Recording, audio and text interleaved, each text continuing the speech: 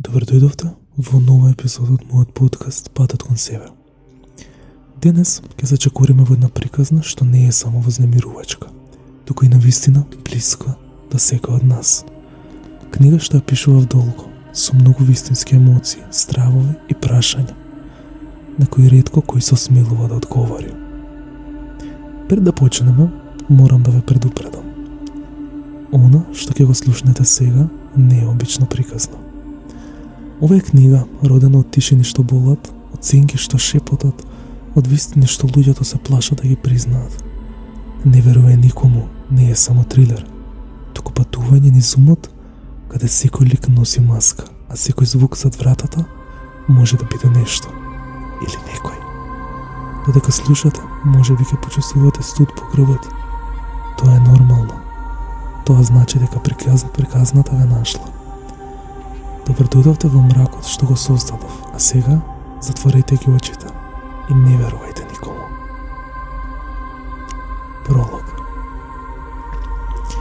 Месечината фрлаше ладен срвјен сјај врз осамената кукичка сместена длабоко во шумата. Незините прозорци трпереа со слаба, несигурна светлина. Внатре никогаш исполнуваа смеја и шепотени тајни, но сега се населила морничава тишина, прекината само од далечното шушкање на лисјата и слабото копнување на нешто темно, што се пробиваше на дрвениот пот.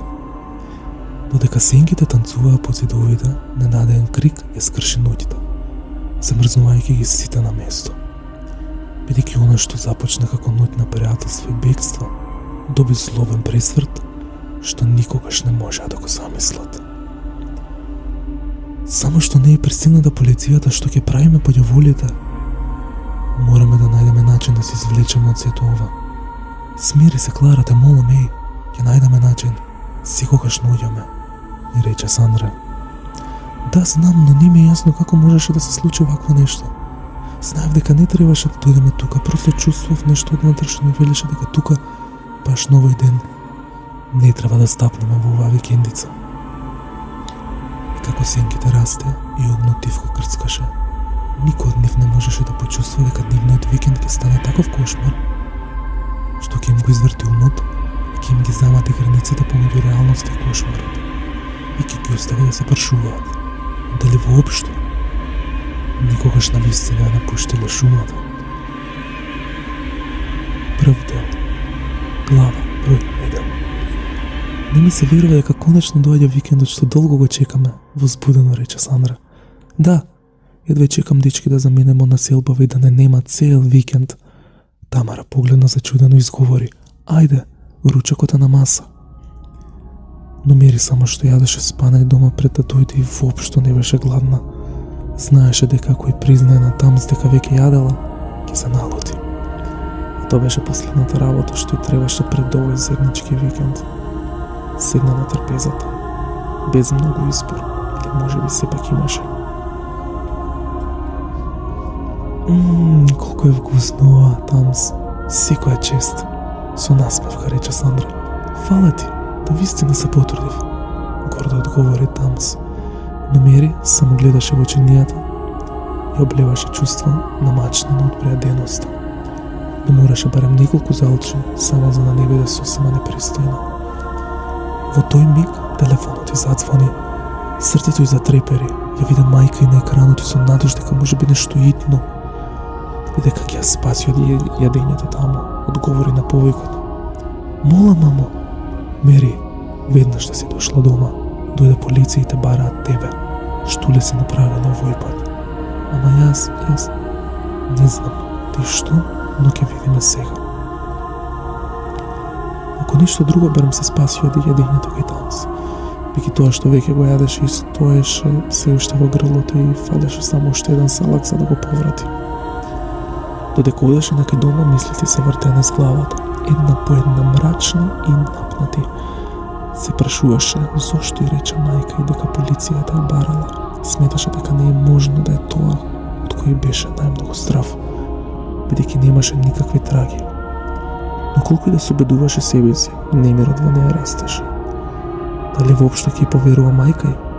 Се и делуваше како најава за нешто темно, нешто што не може да го избегне. Се доближуваше до куќата со забрзан чекор и напната душа, и тогаш пред неа виде нешто што не очекуваше. 2 години порано. Мери се движеше по асфалтот додека вечерното сонце полека исчезнуваше зад хоризонтот. Температурата се уште беше висока, можеби 30 степени, но сепак во воздухот веќе се чувствуваше вечерната тишина. Кој ѓавол ја натера да тргне сама? Беше морбидно, иако патот кој водеше до нејзиниот дом не беше застрашувачки. Но делот со шумата, што се протегаше покрај него, секогаш исполнуваше со немир. За да стигне дома, мораше да помине низ мал дел од таа шума. Но не и беше прв пат. Го имаше поминато патот безброј пати. Секогаш речиси без исклучок се чувствуваше како Снежана, само што во нејзиниот случај немаше да дојде принцот да ја спаси, туку веројатно некој волк од мракот. Се обидуваше да ја протресе нервозата од себе и да го смени размислувањето, но тогаш слушна јасен глас, паничен. Помош, помош. На прв поглед се чинеше како нешто што би го направил нејзиниот брат. Можеби некоја незрела шега. Но веднаш се присети дека тој остана во училиште да игра кошарка со другарите. Не беше можно да е тој. Одеднаш нешто ја стегна во нејзините гради. Се опита да го игнорира вресокот, да го заборави. Брзаше срцето и чукаше се посилно, а потоа токму кога се приближуваше до крајот на шумата, се случи нешто што ќе ја прогонува до крајот на нејзиниот живот. Денешно време. Мери. Мери се разбуди. Уште беше во шок од она што се случи преходната вечер.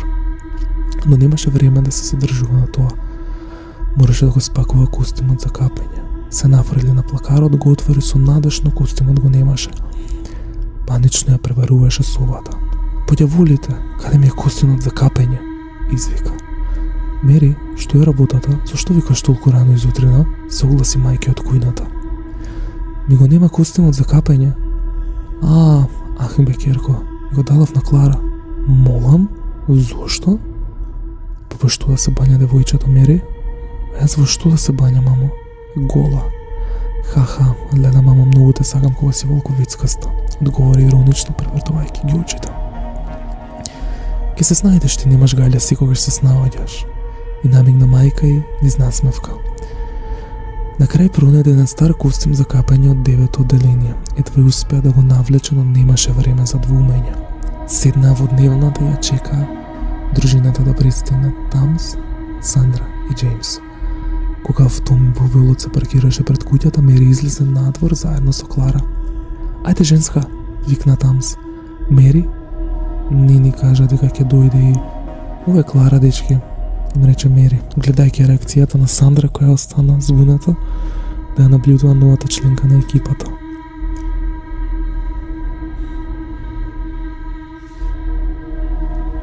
Не сум јас виновна, мајка ми ја додаде, како извинување.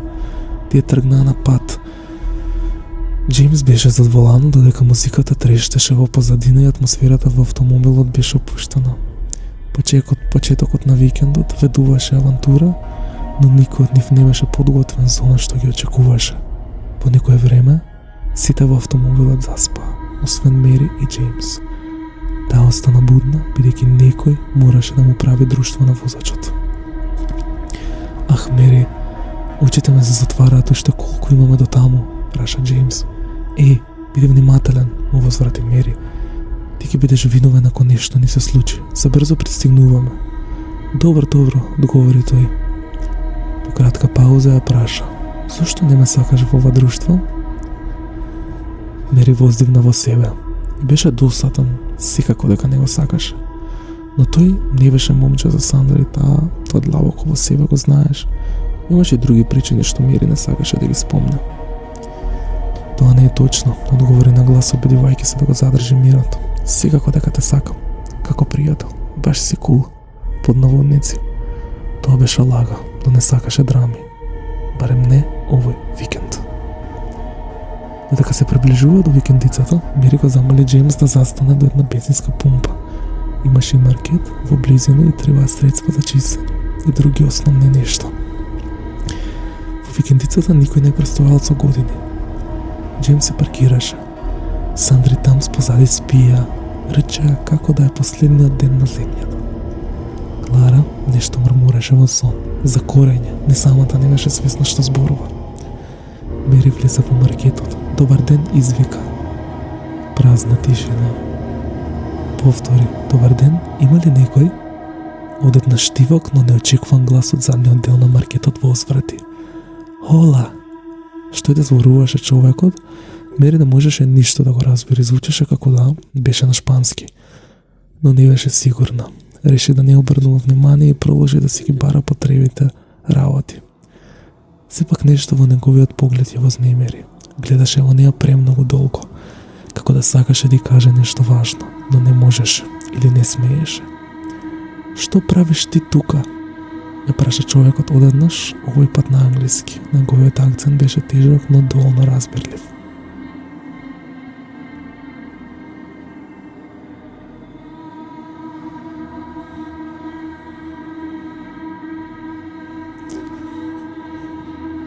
Мери се изненади, но сепак одговори.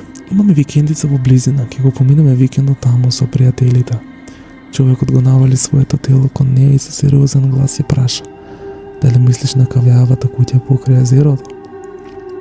Погледот на Мери се замрзна од како ја праша. Не беше јасно од каде го знаеше тоа. Како знаете за која куќа станува збор? Го праша со треперив глас. Не доби одговор. Наместо тоа тој само ја погледна со еден темен длабок и пробудувачки поглед, што го заледи срцето. Без да каже уште збор, таа се сврти и продолжи кон задниот дел на маркетот, каде што се наоѓаше тоалетот. Потоа почна да пребарува по рафтовите, зема средство за чистење, сунгери и неколку други неопходни работи. Незлегување повторно го здогледа. Стоеше неподвижно крај касата со своите густи црни веѓи, долга брада и крупни темни очи кои не трепнуваа. На главата носеше стар шешир, ист како оние што ги гледаше во мексиканските филмови. Иако се обиде да остане смирена, незиното тело и сигнализираше опасност. Додека излегуваше од маркетот, непознатиот маж и довика нешто зад грб. Те арепентирас де волвера кур. Мери застана за момент и се обиде да го преведе во мислите што воопшто му значеше тоа. Не стреса помислата, но веднаш ја отвори. Не сакаше да се занимава со чудни странци и нивните мистериозни коментари. Со забрзани чекори се упати кон автомобилот. Превод од тој збор на шпански значи ќе зажалите што сте дојдени тука. Кога се доближи, забележа дека девојките конечно се разбудиле. О, па ви текна да станете женски, рече со полунасмев, кога девојки се да ја скрие тензијата во гласот. Ќути Мери, не да сум спијала, него не осетив патот. Возврати Сандра, претегнувајќи се. Ајде продолжуваме, сега забрзо ќе стигнеме, додаде Мери и се смести на задното седиште. Во тој момент незинот мобилен телефон затрепери. Бз и тогаш неочекувана порака. Каде мислиш дека ќе испееш?